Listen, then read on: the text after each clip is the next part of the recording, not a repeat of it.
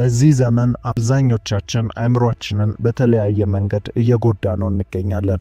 ከስልክ ኮምፒውተር ጨረር ጀምሮ እስከ ትልልቅ ሱሶች ድረስ። ይህም በአእምሮ የሚከናወኑ ስራዎችን እንደ ውሳኔ መስጠት፣ ችግሮችን መፍታት፣ ስሜትን መቆጣጠር፣ የተወሳሰቡ ነገሮችን መረዳት የመሳሰሉ ነገሮችን ለማከናወን እየከበደን ይገኛል። ነገር ግን አእምሮ እንደገና የሚታደስና ወደ ነበረበት መመለስ የሚችል ከዛም በላይ መጨመርና ማደግ የሚችል ተፈጥሮ ያለው አካላችን በመሆኑ እንደ አዲስ ልንንከባከበውና ልናድሰው እንችላለን። የአእምሮአችሁን የማሰብ አቅም ማሻሻል ትፈልጋላችሁ? አእምሮአችሁንስ እንደ አዲስ ማደስ ትፈልጋላችሁ? ውሳኔ የመወሰን ብቃት፣ ችግሮችን የመፍታትና የተሻለ ምርጫን የመምረጥ የመሳሰሉትን የአእምሮ ስራ በቀላሉ ማከናወን ትፈልጋላችሁ? በዛሬ ቪዲዮ ከ1 ጀምሮ እስከ 10 ባለ ደረጃ እንዴት አድርጋችሁ አእምሮአችሁን አሁን ካለበት ደረጃ በሁለት እጥፍ የምታሳድጉበትን መንገድ እነግራችኋለሁ። 10ሩንም ደረጃ በጥንቃቄና በትዕግስት አድምጣችሁ ከተገበራችሁ የማይታመን ለውጥን ታገኙበታላችሁ። 10ኛው ብዙዎቻችን እንደ ስንፍና የምናየውና ነገር ግን ለማሰብ አቅማችን ከፍተኛውን ድርሻ ይይዛል ሲሉ ሳይንቲስቶች የተናገሩት ዘዴ ነው። አሁን በቀጥታ አእምሮን እንደ አዲስ ለማደስ ወደሚረዱን 10 ደረጃዎች እንሄዳለን። መልካም ልብ ካላችሁ ቪዲዮውን ላይክ በማድረግ ይጀምሩ። ለዚህ የቁም ነገር ቻናል አዲስ ከሆኑ ሰብስክራይብ በማድረግ ቤተሰባችን ይሁኑ። አእምሮን እንደ አዲስ ለማደስ የሚረዱን 10 ደረጃዎች። አንደኛ፣ ለራሳችሁ የምትነግሩትን ቃል ለውጡ። ይሄ የመጀመሪያው ደረጃ ነው። እስከዛሬ ብዙ ነገር ውስጥ ስታልፉ በብስጭትም ሆነ በጸጸት ለራሳችሁ ብዙ የማይገባ ቃላትን ተናግራችሁ ይሆናል። አልረባም፣ አልጠቅመም የመሳሰሉትን። ታዲያ አንድ አሳዛኝ እውነት ልንገራችሁ። አእምሮ ከማንም አስበልጦ የሚሰማውና የሚያምነው አንድ አካል ቢኖር እርሱም እናንተን ነው። ስለዚህ አእምሮአችሁ በድጋሚ እንደ አዲስ መስራት ከፈለጋችሁ ለራሳችሁ ስለምትነግሩት ቃል ተጠንቀቁ። ለምሳሌ ብንመለከት እኔ ይሄንን ማድረግ አልችልም ከማለት ይሄንን እንዴት ማድረግ እንደምችል እማራለሁ ብትሉ አእምሮ ራሱን ለዛ ነገር ማዘጋጀት ይጀምራል፣ ይነቃቃል። አስተውሉ። ውሸት ተናገሩ አላልኩም። የማትችሉትን እችላለሁ ብትሉ ምንም አትፈጥሩም፣ ራሳችሁን ማታለል ነው። አሁን ግን እኛ የፈለግነው አእምሮ እንዲነቃቃና እንደ አዲስ ኃይሉን እንዲያድስ ነው።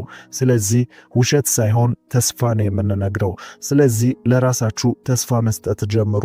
ለአእምሮአችሁ የምትነግሩትን ቃላት ምረጡ። ይህ የመጀመሪያው ደረጃ ነው። ሁለተኛው ቪዥዋላይዜሽን፣ በምናብ መሳል። ይህ ሁለተኛው ደረጃ ነው። በየቀኑ ለ5 ደቂቃ በአእምሮአችሁ የምትፈልጉትን ነገር መሳል ጀምሩ። ሳይንቲስቶች በጥናት እንዳረጋገጡት ያልተፈጠረን ነገርን በአእምሮ መሳል የሚችል ብቸኛ ፍጥረት ሰው ነው ይላሉ። ታዲያ ይህ ልዩ ተፈጥሮ በመልካምም ሆነ በመጥፎ ኃይለኛ ለውጥን የሚያመጣ እንደ ቀልድ ሊታይ የማይገባው ችሎታ ነው። ታዲያ ይህንን ኃይል በየቀኑ አእምሮአችሁን ለማነቃቃትና ለማነሳሳት ብትጠቀሙበት ተመራጭ ነው። ጥቅሙ አንደኛ፣ እንደ መጀመሪያው ደረጃ ለአእምሮ ተስፋን መስጠት ሲሆን፣ ሁለተኛው ግን ሊሆን ወይም ሊፈጠር ካለው ስኬት ወይም ስሜት በትንሹ መቋደስ ነው። ያም ማለት ግባችሁን በአእምሮ በምትስሉበት ጊዜና ሲፈጸም ባሰባችሁበት ጊዜ በውስጣችሁ የደስታ ስሜት ይፈጠራል። ያም አእምሮን ያነቃቃል፣ ለስራም ዝግጁ ያደርጋል። ስለዚህ ቢያንስ በቀን ውስጥ ለ5 ደቂቃ ያክል የምትፈልጉትን ነገር በአእምሮአችሁ ስላችሁ ተመልከቱት። ይህ ልምምድ የአእምሮ ሴሎችን ከማነቃቃት አልፎ የምንፈልገውን ነገር ወደኛ የምንስብበት ኃይል ነው። ኢማጂኔሽን ታላቅ ኃይል ነው። ግን ሁልጊዜም ከስራ ጋር ሲሆን ብቻ እንደሆነ ተገንዘቡ። ቁጭ ብሎ መመኘት ማለት አይደለም። ግን ደግሞ ያለ ግብ የምናየው ነገር ሳይኖር መሮጥ ልክ አይደለም። ስለዚህ በምናብ ኃይላችሁ የምትፈልጉትን ነገር በየዕለቱ ተመልከቱት።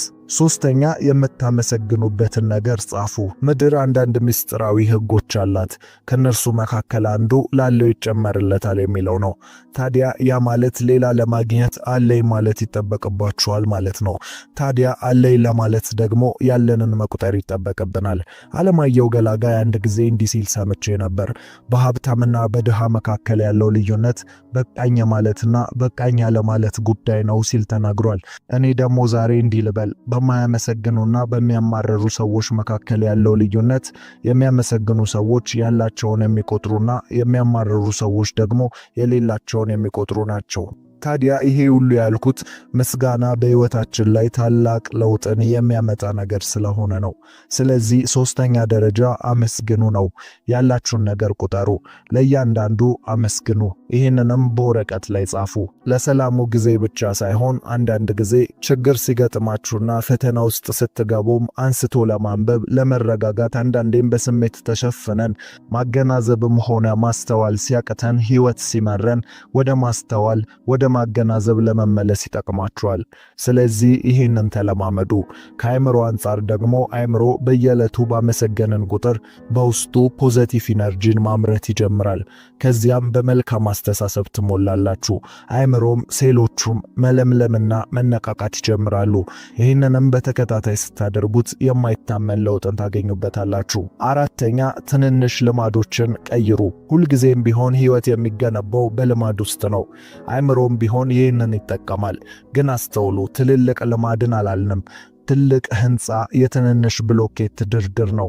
እናም ትንንሽ ነገሮችን እውነተኛ ለውጥን ያጎናጽፋሉ። ስለዚህ ለለውጥ ተዘጋጁ፣ ግን በትንሹ። እነዚህ ትንንሽ ልማዶች አእምሮ ነገሮችን በለመደበት መልኩ እንዳይመለከት የሚያደርጉ ናቸው። ለምሳሌ ከጥቂት ትንንሽ ልማድ መካከል ከእንቅልፋችሁ እንደተነሳችሁ ምንም አይነት ስክሪን፣ የስልክም ሆነ የኮምፒውተርን አለመጠቀም። ይህንን የመሳሰሉ ጥቃቅን ለውጦች፣ እነዚህ ለውጦች እንደ አዲስ የምትገነቧቸው ልማዶች ናቸው። ስለ ልማድ ስናወራ ቅድም እንዳልነው የሰው ልጅ ሕይወትን ከሚወስኑ ነገሮች ዋነኛው ነው። እኛ አሁን የሆነውን የዛሬ 5 እና 6 ዓመት የነበርንበትን የልማድ ውጤት እንደሆነ ተገንዘቡ። የልማድ ኃይል የሰው ልጅ ሕይወትን ይቆጣጠራል። ለዛም ነው ተመሳሳይ ነገር የተለያየ ውጤት የለውም የሚባለው። ስለዚህ ሕይወታችሁን መቀየር ከፈለጋችሁ መጀመሪያ ላይ ልትቀይሩት የሚገባ ዋነኛ ጉዳይ ቢኖር ልማዳችሁን ነው። ስለዚህ አእምሮም እንደ አዲስ እንዲነቃቃና በትክክል ማሰብ እንዲጀምር ከለመደው ዙር አውጡት። ያ ማለት በየዕለቱ አንድ ጥቂት ልማድ ስጡት። ለአእምሮ የሚሆን ጨዋታ እንደማለት ነው። ስለዚህ በየዕለቱ ትንንሽ ልማዶቻችሁን ለውጡ። አምስተኛ መልካም ንግግሮችን አድምጡ። ይሄ በቀጥታ ለሰብኮንሺየስ ማይንድ ክፍላችሁን በተመለከተ የምታደርጉት ተግባር ነው። ያም የሰው ልጅ ንቃተ ህሊናን በተመለከተ ድብቁ የአእምሮ ክፍል እስከ 7 ዓመታችን ድረስ ባለን ዕውቀት ላይ ተገድቦ ይጨርሳል። ከዚያም በንቁ የአእምሮ ክፍል እንጂ በድብቁ የአእምሮ ክፍል ውስጥ የሚንሸራሸረው ሐሳብ ጥቂት ይሆናል። ይህ ማለት አውቀንና ተገንዝበን በንቁ ህሊና በምናደርገው ነገር ድብቁ አእምሮን ማሰራት ይከብደናል። ነገር ግን ድብቁ የአእምሮ ክፍል ውስጥ የተበላሸውን ዕውቀት ለማስወገድና በአዲስ ዕውቀት ለመሙላት በምንፈልገው ለመሙላት ጥቂት አማራጭ አለን። ከነርሱም መካከል አንደኛው በአንድ ሐሳብ ውስጥ ለብዙ ሰዓት መቆየት ነው። ይሄ ማለት ሐሳብን ቶሎ አለመቀያየር ነው። እነዚህ የሚረዱት በዋነኝነት አእምሮ በምንተኛበት ጊዜ ከአጭር ትውስታ ወደ ረጅም ትውስታ ነገሮችን ስለሚያስተላልፍ ነው። ያ ማለት ከኮንሺየስ ማይንዳችን ወደ ሰብኮንሺየስ ማይንዳችን እንደማለት ነው። ስለዚህ ይህ ድብቁ የአእምሮ ክፍል ክፍት የሚሆኑበት ጊዜያት አሉ እንደማለት ነው። እነዚህም ልንተኛ ስንልና ተኝተን ስንነሳ፣ በዋነኝነት ግን በተኛንበት ጊዜ ሙሉ ለሙሉ ክፍት ነው። እንደውም ሳይንስ ህልሞች ከድብቁ የአእምሮ ክፍል እንደሚወጡ ይናገራሉ። ነገር ግን እኛ በእንቅልፍ ሰዓት ምንም ማድረግ ስለማንችል በትክክል ለማግኘት የምንጠቀመው ልንተኛ ስንል ያለውን 30 ደቂቃና ከተኛን በኋላ ስንነሳ ያለውን 30 ደቂቃ ነው።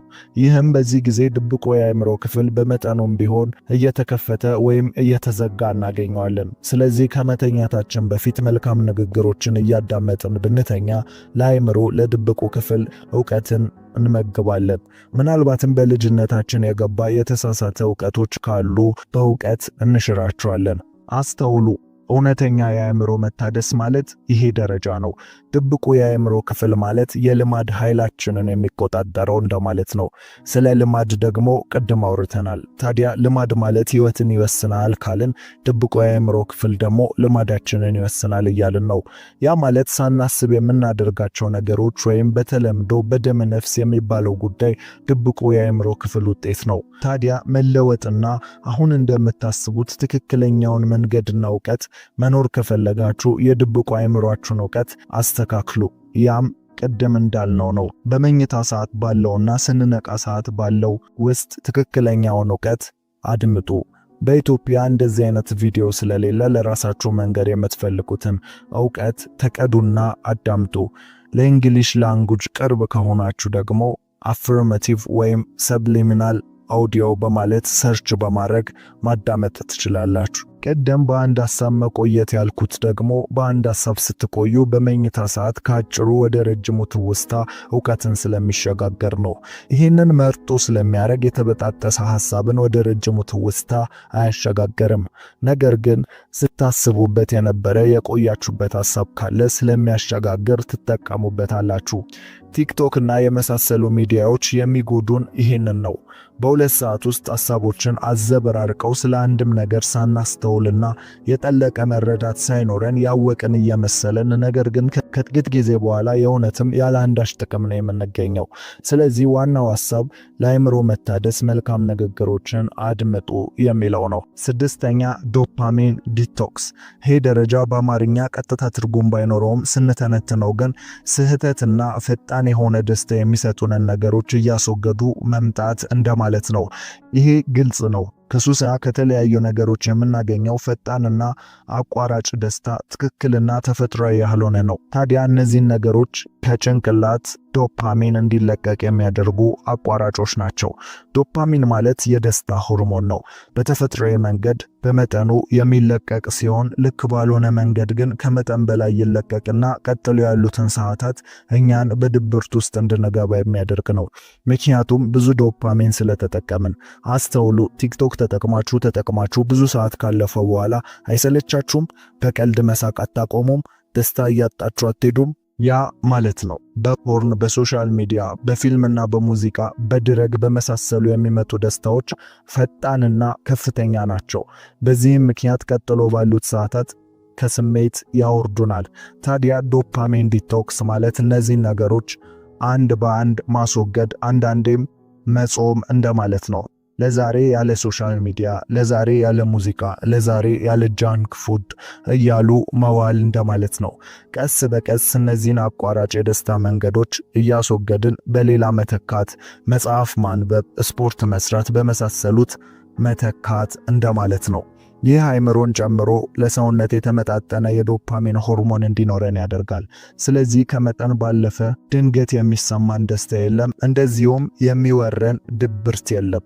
በጥሩ ሙድ ቀኑን ማሳለፍ ያስችለናል፣ ምክንያቱም ተፈጥሯዊና ትክክለኛ መንገድ ስለሆነ። ስለዚህ ቀስ በቀስ አቋራጭ የደስታ መንገዶችን ማስወገድ በቀጥታ ለአእምሮ መታደስ አስፈላጊ ይሆናል ማለት ነው። ሰባተኛ ተመስጦን መለማመድ። ይሄ አንዴ አእምሮን ነፃ የማድረግና አሁን ላይ ብቻ የመገኘት ጥበብ ነው። ይሄ ልምምድ ካለባችሁ ሐሳብና ጭንቀት ተላቆ አሁን ላይ ያለውን ሰውነታችሁን፣ ኢንቫይሮንመንት የመሳሰሉ ነገሮች ጋር በስሜት ብቻ የመዋሃድ አእምሮን ከሐሳብ ነፃ የማድረግ መንገድ ነው። ይህም ለአእምሮ ጥንካሬና በአግባቡ ለማሰብ ይጠቅማል። በዚህ ልምምድ ውስጥ ፍርሃት፣ ጭንቀት እየቀነሰ በራስ መተማመንና ሕይወትን የመረዳት ክህሎታችሁ እየጨመረ ይመጣል። ታዲያ ይህንን ስትለማመዱ አቅራቢያችሁ ንጹህና ለዚህ የተመቸ ቢሆን ይመከራል። ከምንም ከሚረብሽ ነገር ወጥቶ የማሰላሰል ጥበብ ስለሆነ የትኩረት አቅማችሁንም ለማሻሻል ይረዳችኋል። አንድ ነገር ላይም የመቆየት ጥበብን ይሰጣችኋል። ስለዚህ በቀን ውስጥ ቢያንስ ለ5 ደቂቃ ተመስጦን ተለማመዱ። ስምንተኛ አዲስ ችሎታን ተማሩ። ይሄ አእምሮን የመፈታተን ጥበብ ነው። የኛ አእምሮ ልክ እንደሚለጠጥ ላስቲክ ነው። በታገልነው ቁጥር እየሰፋና እየተለጠጠ ነው የሚሄደው። ስለዚህ ራሳችሁን ፈትኑ። የተለያየ የሚከብዳችሁን ነገር ተማሩ። የሂሳብ ስሌቶችን ስሩ። የዚህ ጊዜ አእምሮ እየሰለጠነና እየጎበዘ ይሄዳል። በዘርፍ ውስጥ ከፍተኛ የማሰብ ብቃት አላቸው የሚባሉት ሰዎች ሰላዮች ናቸው። ሰላዮች ከፍተኛ የሆነ የአእምሮ ጥንካሬ እንዳላቸው ይነገርላቸዋል። ያም ምን እንደሆነ ቢነገር የተለያዩ ችሎታዎችን ስለሚለማመዱ ነው። ብዙ ቋንቋ በትንሹ 3 እና 4 እንደማለት ነው። ከዛም በችሎታ ደግሞ የመኪና፣ የሞተር፣ ከፍ ሲል የፕሌን፣ የጀት የመሳሰሉ የጦር መሳሪያ አጠቃቀም፣ ራስን ማመሳሰል፣ የተለያየ ሀገር ባህልና ወግ፣ አለባበስና አመጋገብ፣ ብቻ በብዙ ዘርፍ ለራሳቸው የሚጠቅማቸውን ብዙ ችሎታ ስለሚለማመዱ አእምሮአቸው ጠንካራ ነው።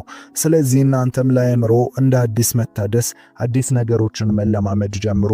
ቋንቋ ሊሆን ይችላል፣ የእጅ ጥበብ ብቻ ልምዶችን ተለማመዱ፣ አዲስ ችሎታን ተማሩ። 9ኛ ስፖርታዊ እንቅስቃሴ። አእምሮ ከሰውነት ሰውነትም ከአእምሮ ጋር ከፍተኛ የሆነ ቁርኝነት ያላቸው ነገሮች ናቸው። የሰውነት እንቅስቃሴ አእምሮን ከማድከም ይልቅ በይበልጥ እንዲነቃቃ እንዲያስብ የማድረግ አቅሙ ከፍተኛ ነው። ስለዚህ ሰውነታችሁን አንቀሳቅሱ። የግዴታ ብረት መግፋት እያልን አይደለም። ወክ ማድረግ የመሳሰሉ ቀላል ነገሮች ሊሆን ይችላሉ። ይህን ስታደርጉ ግን አንደኛ ስሜታችሁን ታሻሽላላችሁ፣ ሁለተኛ የማስታወስ አቅማችሁን ታሻሽላላችሁ። ስለዚህ የሰውነት እንቅስቃሴዎችን አድርጉ። 10ኛ ይሄ ዋነኛውና ከፍተኛውን ቦታ የሚይዝ ነው። ነገር ግን ብዙዎቻችን እንደ ስንፍና እንመለከተዋለን። የአእምሮን አቅም ከሚያሻሽሉ ነገሮች 10ኛው እንቅልፍ ነው። ቅድም እንደተነጋገርነው በእንቅልፍ ሰዓት ሰውነት ይረፍ እንጂ በአእምሮአችን ውስጥ ብዙ ስራ እንደሚከናወን ተነጋግረናል። ለዛም ነው መተኛት ወይም በቂ እንቅልፍ ማግኘት አእምሮን እንደ አዲስ ለማደስ ወሳኝ ሆነው።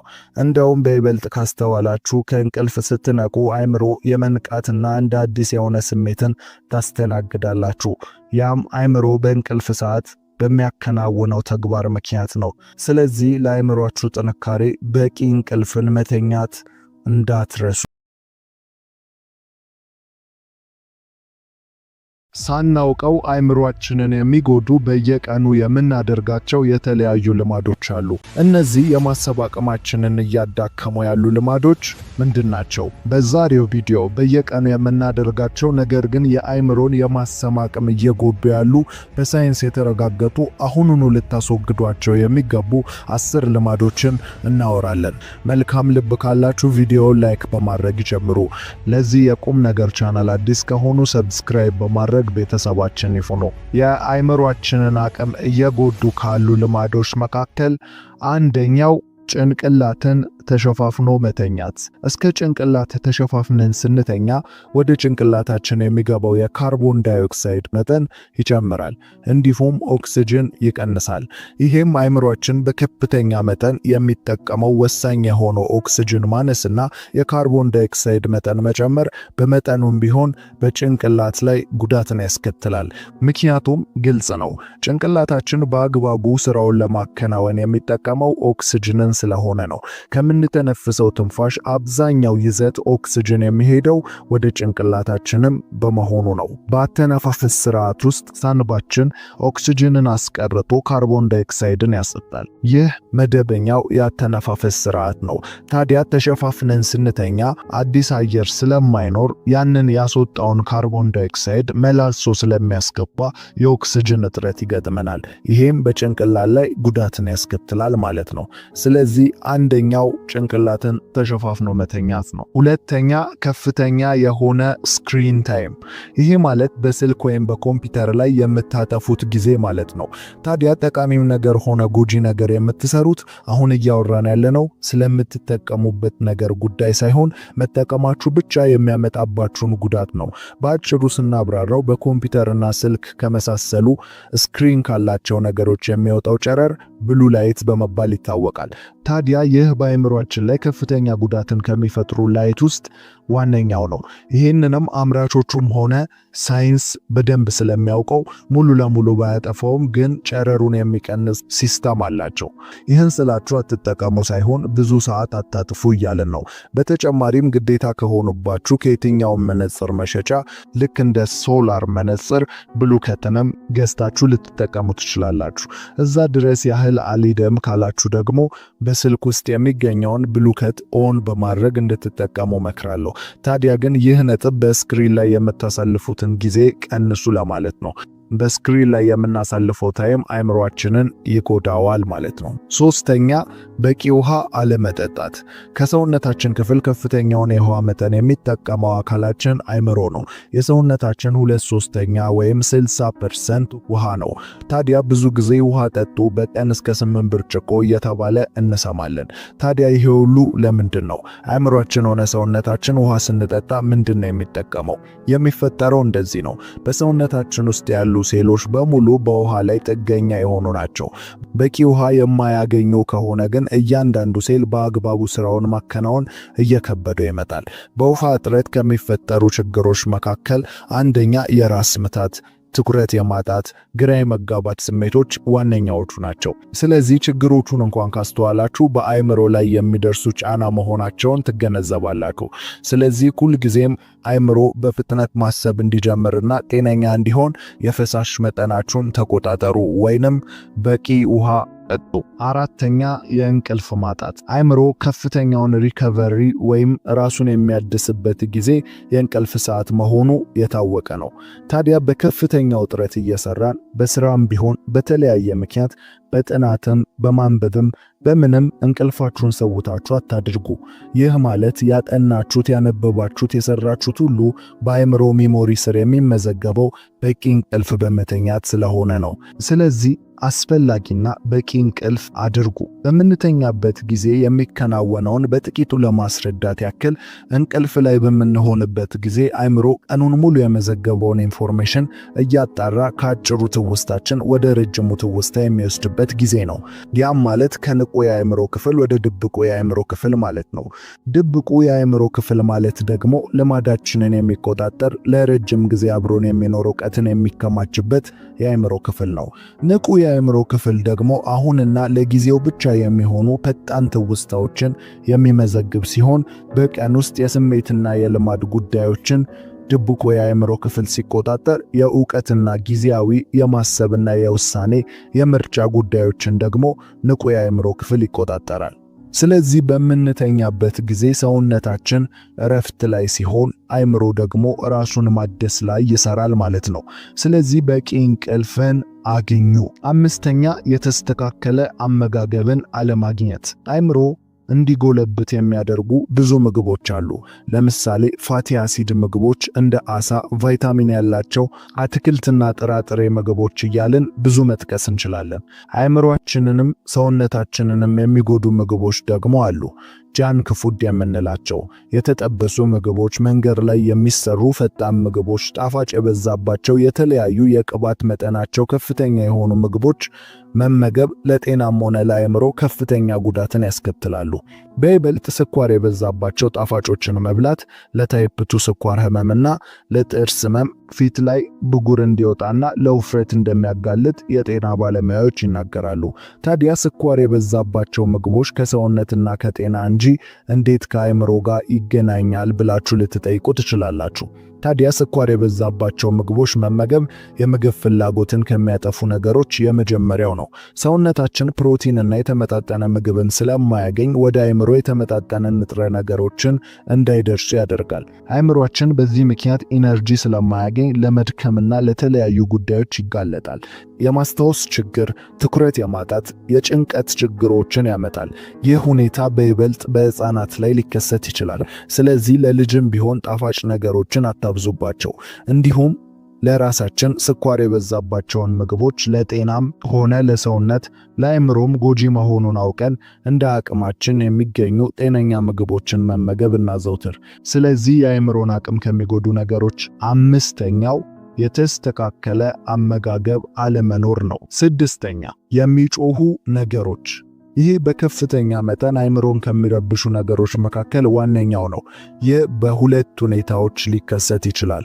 አንደኛው በአካባቢያችን ባሉ ነገሮች፣ ለምሳሌ ያክል በአቅራቢያችን በሚገኙ ሙዚቃ ቤቶች፣ ጭፈራ ቤቶች፣ የመኪና ድምጾች እንዲሁም በፋብሪካ የሚወጡ የትኛውም አይነት የማሽን ድምጾች ቀስ በቀስ አእምሮአችንን እየጎዱና ውስጣችን ያለውን የመረጋጋት ስሜት እየረበሹ የሚሄዱ ነገሮች ናቸው። እነዚህ ነገሮች ራሳችንን እንዳናዳምጥ በተረጋጋ መንፈስ ማሰብ እንዳንችል የሚያደርጉ ነገሮች ናቸው። ሰው ከራሱ ጋር ጥሩ ጊዜን ለማሳለፍ ጸጥ ያለ አካባቢ ያስፈልገዋል።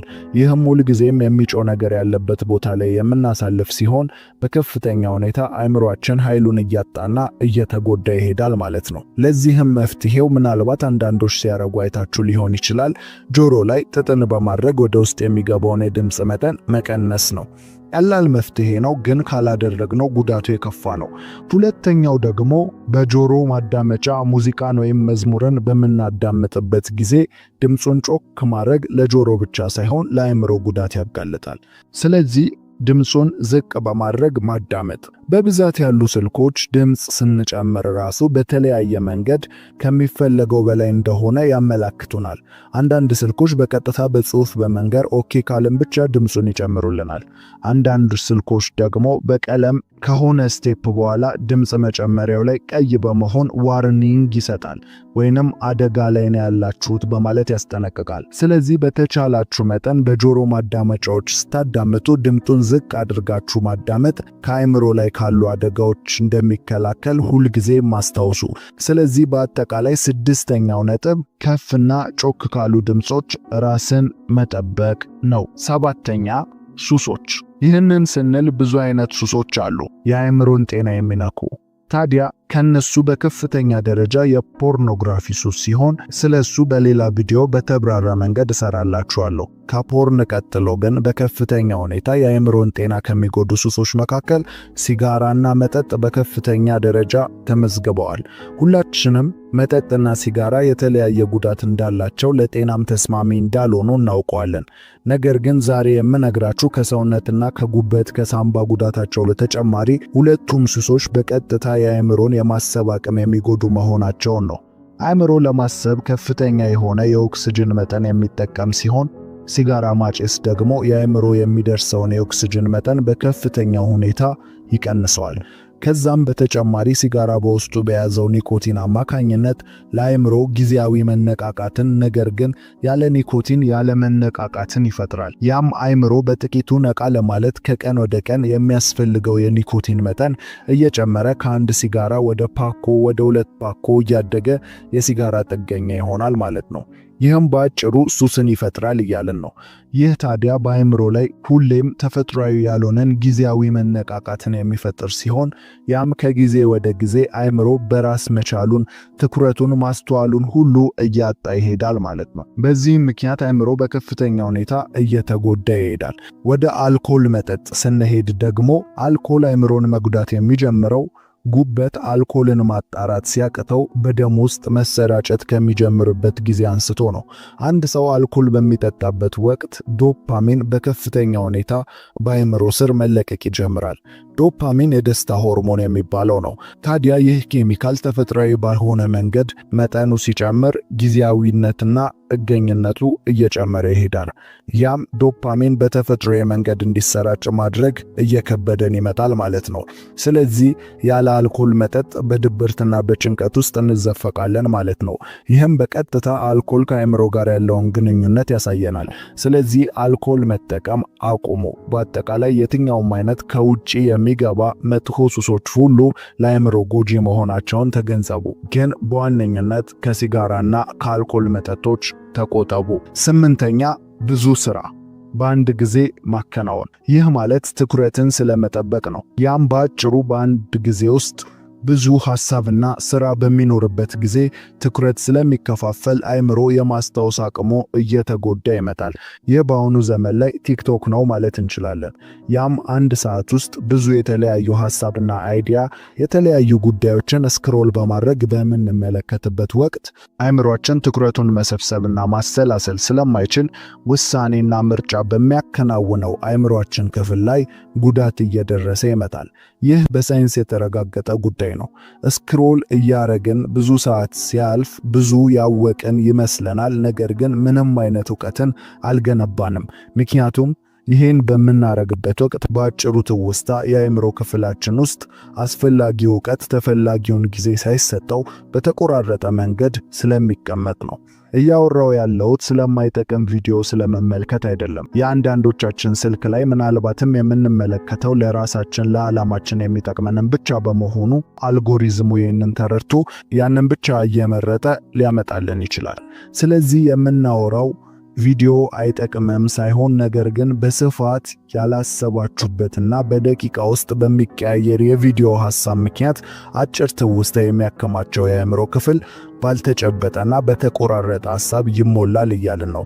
ያም ሐሳቡ ላይ በጥልቀት ባለማሰባችን፣ ባለመምረጣችን፣ ባለመለየታችን ምክንያት ያ ሁሉ በአንድ ሰዓት ውስጥ የተመለከትነው ከ60 በላይ የአንድ ደቂቃ ቪዲዮዎች ሙሉ ለሙሉ ኪሳራ ይሆናል። ኪሳራነቱም የሚረጋገጠው በምንተኛበት ጊዜ አይምሮ የተጨበጠ ነገር ከአጭር ትውስታ ምንም ስለማያገኝ ወደ ረጅም ትውስታ የሚተላለፍ ነገር የለም ማለት ነው። ያም ማለት ዛሬ ያያችሁት ቪዲዮ በጥቂት ጊዜ ውስጥ ምናልባትም ከ1 እስከ 3 ወር ውስጥ ባለ ጊዜ ውስጥ ሙሉ ለሙሉ ከአይምሯችን ይጠፋል ማለት ነው። ሙሉ ለሙሉ ነው ያልኩት። ያም ማለት አይታችሁት እንደነበር እስከማታስታውሱ ድረስ። ይህ ሁሉ አንድ ሰው ትኩረቱን ለመጠበቅ በአንድ ጊዜ አንድ ነገር ላይ ብቻ ማሰላሰል እንዳለበት የሚያሳየን ነው። ስለዚህ ከሶሻል ሚዲያ ወጥተን በአንዴ 2 እና 3 ስራ መስራትስ ብለን ብንጠይቅ ይሄም ውጤታማ የማያረገን ነው። ለምሳሌ ብዙዎቻችን በኮምፒውተር ስራ እየሰራን በዛው ደግሞ በቴሌግራም እና በመሳሰሉ ማህበራዊ ሚዲያ የሚላክልንን መልእክት እየመለስን ስንሰራ ብዙም ችግር ያለው አይመስለንም።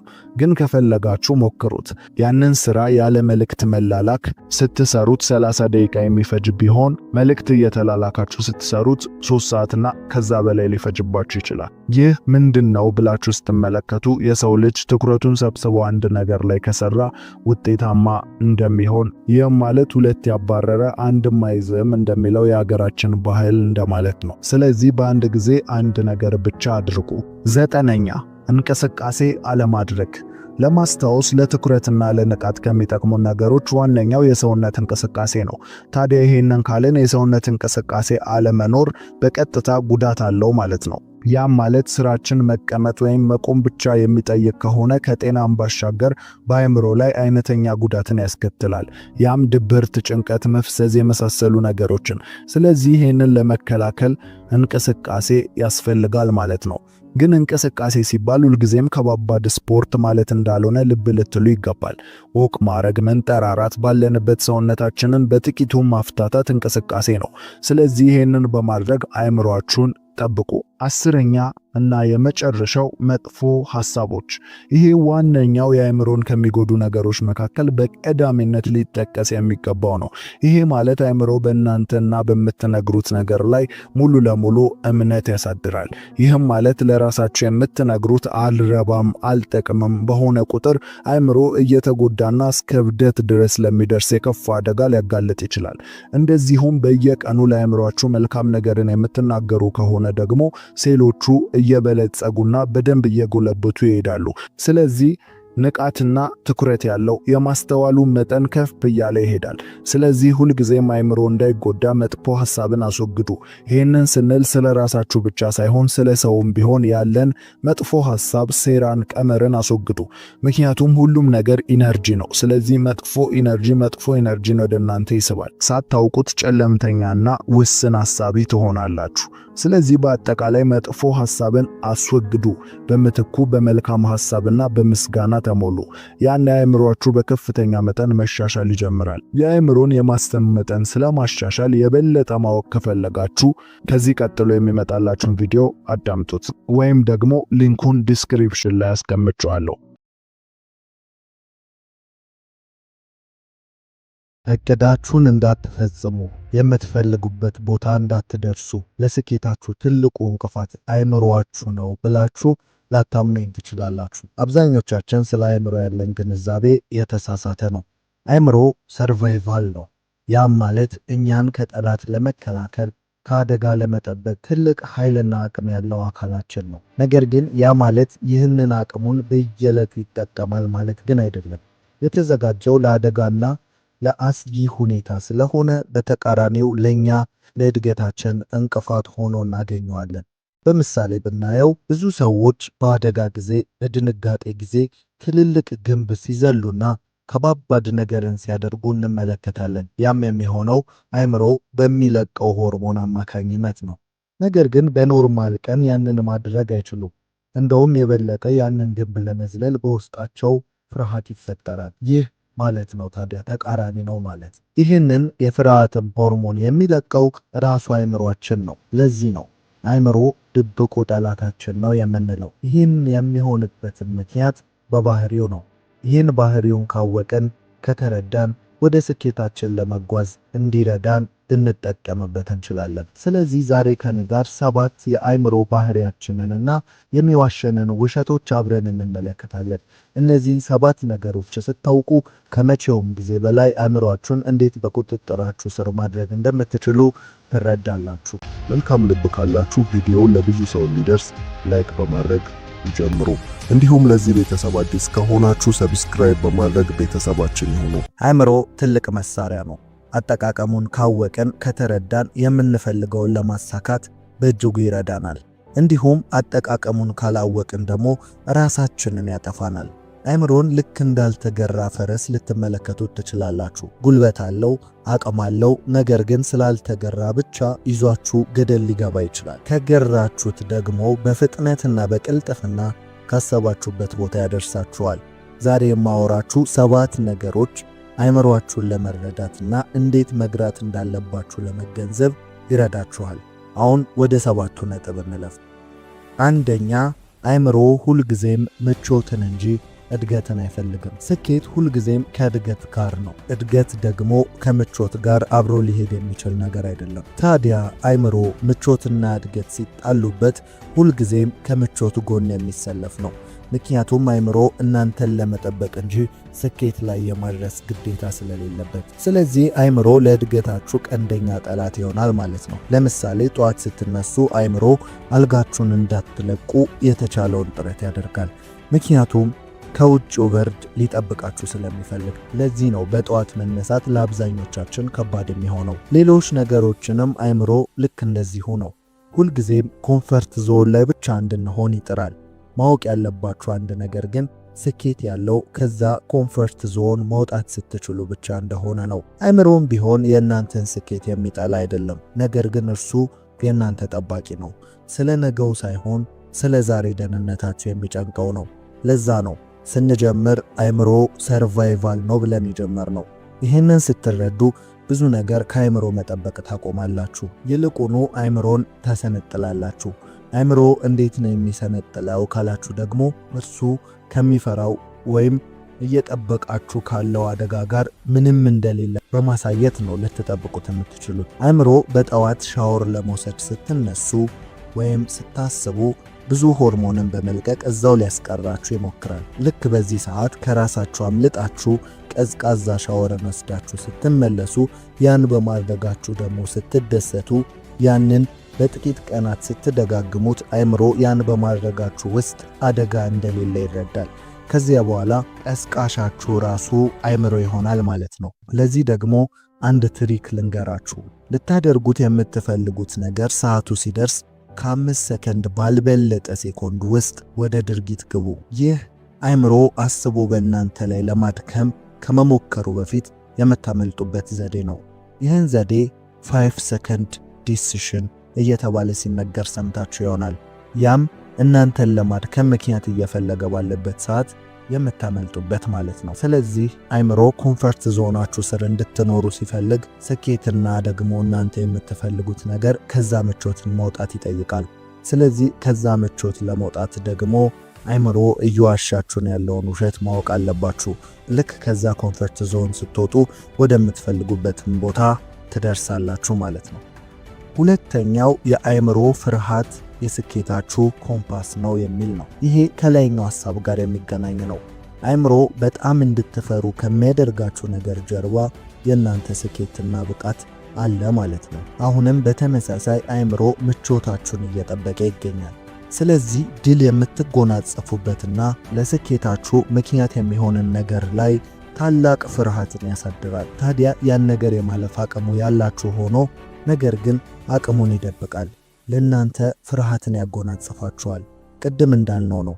አብዛኞቻችን በድንጋጤ ጊዜ ከዚህ በፊት አድርገን የማናውቀውን ትላልቅ ነገር እናደርጋለን። ያ ማለት ቀድሞ አቅሙ ነበረን ማለት ነው። ለምሳሌ በድንጋጤ ሰዓት የሚለቀቀው አድሬናሊን ይባላል። ታዲያ ይሄ ሆርሞን ለኛ ታላቅ ኃይልን የሚያጎናጽፈን ብዙ ነገርን የሚያስችል ሆኖ ሳለ ያለ ድንጋጤ ግን በምንም ታምር አይመረትም። ይሄ ብቻ ቢሆን በቂ ነበር። ግን በኖርማል አቅማችሁ ደግሞ እንዳትኖሩ ደግሞ በተቃራኒው የፍርሃት ሆርሞንን ይመረታል። ቢዝነስ ስታስቡ፣ ራስን ችሎ ለመኖር ስታስቡ፣ ትልልቅ ውሳኔ ልታደርጉ ስትሉ ፍርሃትን በውስጣችሁ ይፈጥራል። ልክ እንደ ቀድሙ ነው፣ እናንተን ለመጠበቅ ነው። ስለዚህ ፍርሃቱ እውነት እንዳልሆነ ተረዱ። ለዚህ ምን መፍትሄ አለ ካላችሁ ደግሞ ከምትፈሩት ፍርሃት ጋር ፊት ለፊት ተጋፈጡ። ያኔ አእምሮ እናንተን መጠበቅ ግዴታው ስለሆነ የደበቀውን ኃይል ሲያወጣ ትመለከታላችሁ። ብዙ ጊዜ ሰዎች ቀድመው የሚፈሩትን ነገር ሲጋፈጡት ያሰቡትን ያህል ከባድ እንዳልነበረ ይናገራሉ። ያም እውነት ነው። አንደኛ አእምሮ ፍርሃቱን አጋኖ ነበር የሚሰጠን። ሁለተኛ ደግሞ ስንጋፈጠው ኃይልን ስለሚሰጠን ነው። ስለዚህ አእምሮአችሁን በዚህ መንገድ መግራት ትችላላችሁ። ወደ ሶስተኛው ስናለፍ ስሜቶች ምልክቶች እንጂ ትዕዛዞች አይደሉም የሚል ነው። ይሄ የአእምሮ ትልቅ መሳሪያ ነው። ያም ስሜቶችን መፍጠር፣ ድብርት፣ ደስታ፣ ሐዘን የመሳሰሉ ብዙ ስሜቶችን። ታዲያ እነዚህን ስሜቶች ምልክቶች እንጂ ትዕዛዝ እንዳልሆኑ መገንዘብ ይኖርብናል። አብዛኞቻችን ስሜቶችን ልክ እንደ ትዕዛዝ እንታዘዛቸዋለን። ዛሬ ደብሮኛል አልሰራም፣ ዛሬ ሙዴ መጥቷል ብሎ ካለ አግባብ ብዙ መስራት፣ እነዚህ ባህሪዎች አእምሮ በራሱ ቁጥጥር ስር እንደያዘን ያመለክታሉ። ከዚህ ቁጥጥር ነፃ መውጣት መቻልም ይኖርብናል። ያ ማለት ደግሞ እነዚህን ስሜቶች እንደ ትዕዛዝ ቆጥሮ አለማስተናገድ ነው። ያም እየደበረን መስራት፣ ደስ ሲለንም ለራሳችንና ለፍላጎታችን ገደብ ማበጀት ማለት ነው። ያ ማለት ሙሉ ለሙሉ ስሜቶችን አለማስተናገድ ነው ማለት ግን አይደለም። ግን እነዚያን ስሜቶች መፈተሽ ይገባናል። ቅድም እንዳልነው ስሜቶች ምልክቶች እንደሆኑ ተነጋግረናል። ታዲያ ስሜት በሁለት መንገድ ሊሰማን ይችላል። አንደኛ እውነት ያንን ስሜት የሚፈጥር ነገር ተፈጥሮ፣ ሁለተኛ ደግሞ ቅድም እንዳወራነው አእምሮ እኛን ለመጠበቅ ሲል ብቻ የሚሰጠን ስሜት ነው። አንዳንዶች በግልጽ እንዲህ ይላሉ፣ ልክ ላነብ ስል፣ ልክ ላጠና ስል፣ ልክ ልሰራ ስል ይደብረኛል። ከዛ ደግሞ ስክሮል ሳደርግ፣ ፊልም ሳይ፣ ሌላ ነገርን ሳደርግ ያ ስሜት የለም ይላሉ። ይሄ ትክክለኛ የአእምሮ ውሸት ስሜቶች ውጤት እንደሆነ ልብ ልንለው ይገባል። ስለዚህ ለዚህስ መፍትሄው ምንድነው ካልን ስሜቶች እንደተሰሟችሁ ወደ ተግባር አለመግባት ነው። የስሜቶቻችሁን ምንጭ መፈተሽ ነው። ነገር ግን ስሜቶቹ ምንም አይነት ምክንያት ከሌላቸውና ዝም ብለው ከሆነ ስሜቶቹ የሚሰሟችሁ ስሜታችሁን ታግላችሁ የምትፈልጉትን ነገር ማድረግ ይጠበቅባችኋል። ያን ስታደርጉ አእምሮ እየተገራና ከስክሮል ይልቅ በማንበብ ከመዝናናት ይልቅ ደግሞ መስራት የበለጠ ለእናንተ ምቹ እንደሆነ በማሰብ ወይም ያ የምትፈልጉት ነገር ለእናንተ የተሻለ መሆኑን ተገንዝቦ በቀጣይ ቀስ በቀስ እነዛን አስወግዶ በስራ በማንበብ በተለያዩ የእናንተ ስራ ላይ ድንገተኛና አላስፈላጊ ስሜቶችን እያስወገደ ይመጣል ማለት ነው። ስለዚህ በዋነኝነት እንድትረዱ የምፈልገው የሚሰሟችሁ ስሜቶች ሁሉ የግዴታ መፈጸም ያለባቸው ትዕዛዞች እንዳልሆኑ ነው። ስሜቶች ምልክቶች ብቻ መሆናቸውን ተገንዘቡ።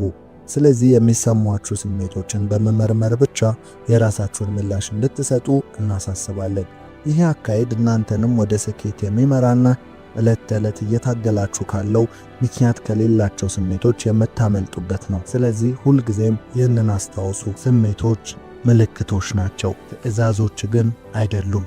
ለእያንዳንዱ ስሜታችን የሚስማማንንና የምንፈልገውን ሁሉ እያቀበልን መኖር የለብንም። ከስሜቶቻችን ጋር እየታገልን የምንፈልገውን ነገር ለማሳካት ትግል ማድረግ ይጠበቅብናል። ትክክለኛ ስኬታማ ሰዎች ያንን የሚያደርጉ ስለሆኑ፣ ስለዚህ ከስሜቶቻችሁ ትግል ነፃ ውጡ።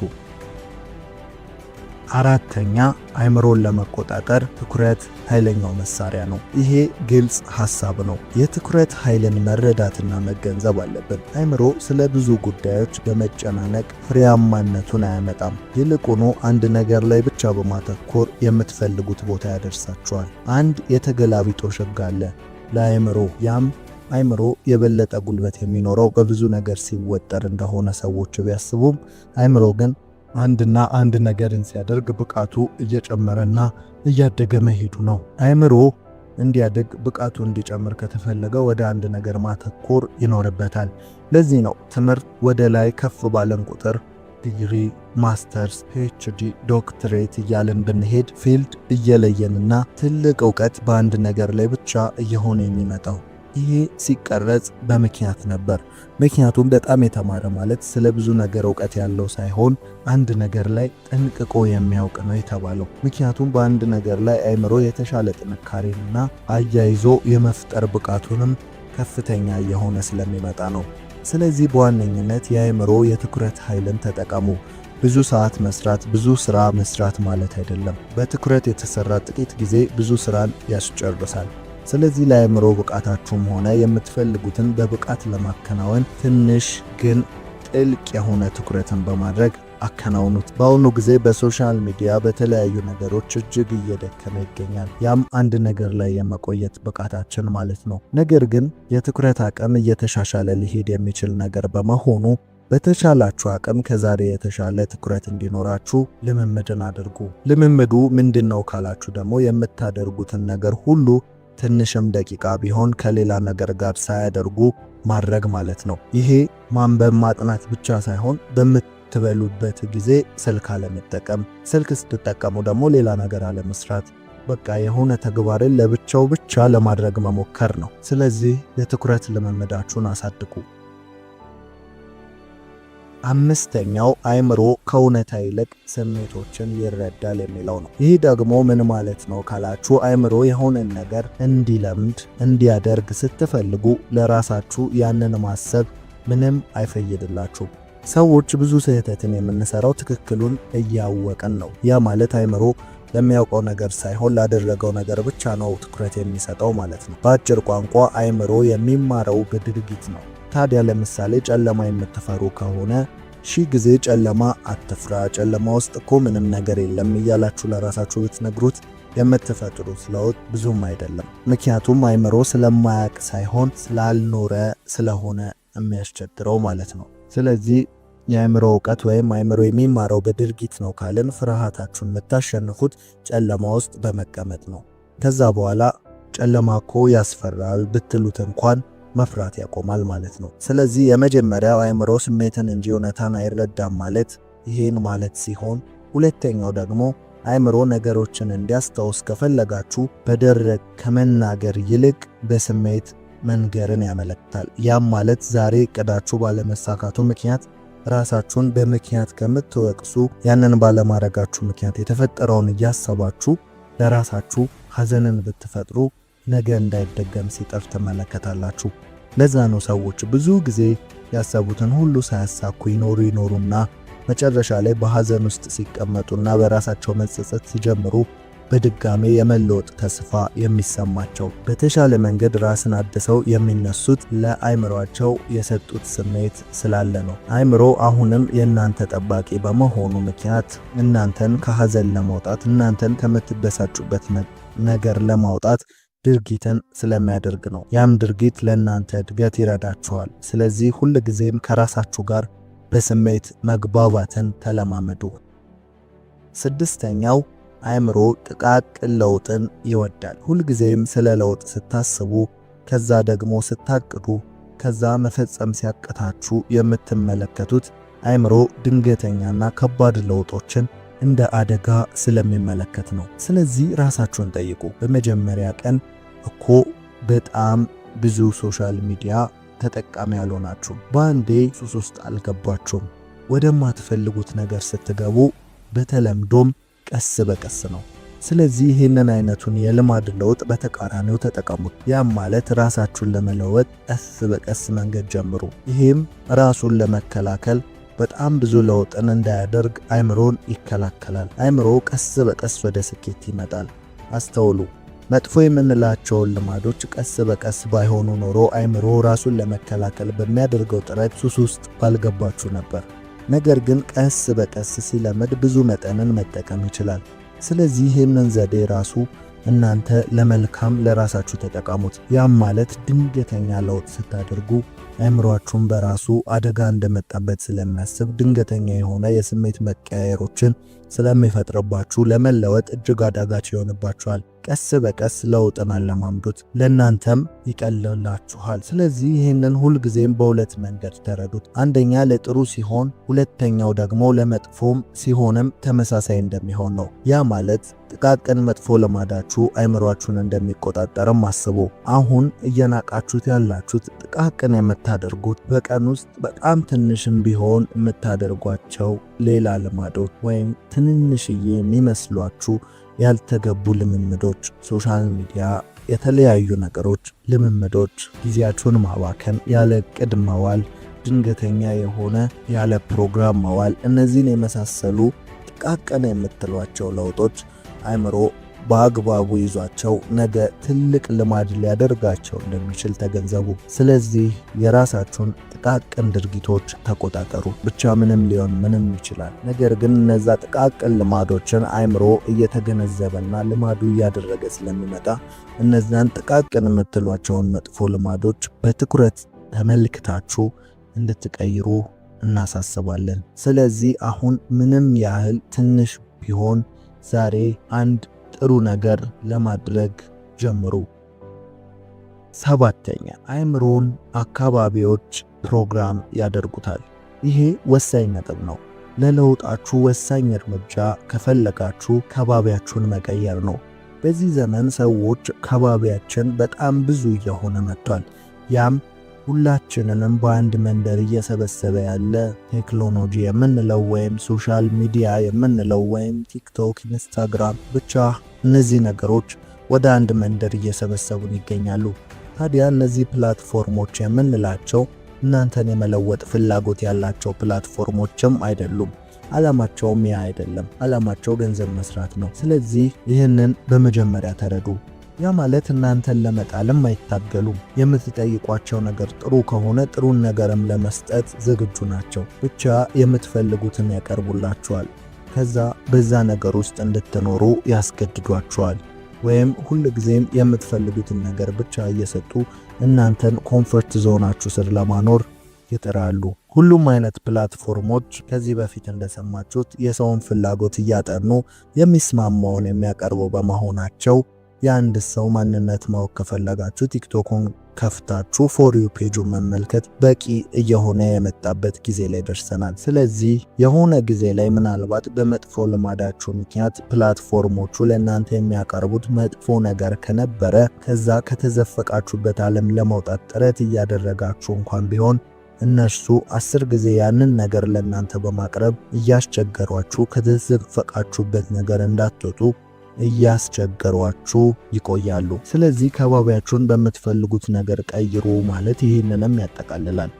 ይሄ ደግሞ ለአእምሮ ጠንቅ ነው። አእምሮ ከአንድ ነገር ለመውጣት ጥረት እያደረገ ኮላፕስ እንዳያደርግ ለተወሰነ ጊዜ ያ ድሮ የለመደውን ነገር ማድረግ አይኖርበትም ወይም መመልከት አይኖርበትም። ታዲያ እነዚህ ፕላትፎርሞች ትልቁ መዘዛቸው ይሄ ነው። አእምሮ የለመደውን ነገር ድንገት ብቅ በማድረግ ወደ ነበረበት የሚመልሱ ናቸው። ለዚህ ነው ብዙ ጥረት አድርገን ለመለወጥ ከጣርን በኋላ በጣም በጥቂት ውስጥ ኮላፕስ አድርገን ወይም ወደ መጀመሪያው ተመልሰን የምንገኘው። ስለዚህ አሁኑኑ ከባቢያችሁን ለማጥራት ጥረት አድርጉ። መደለት ካለባችሁ መደለት፣ ማስወገድ ካለባችሁ አስወግዱ።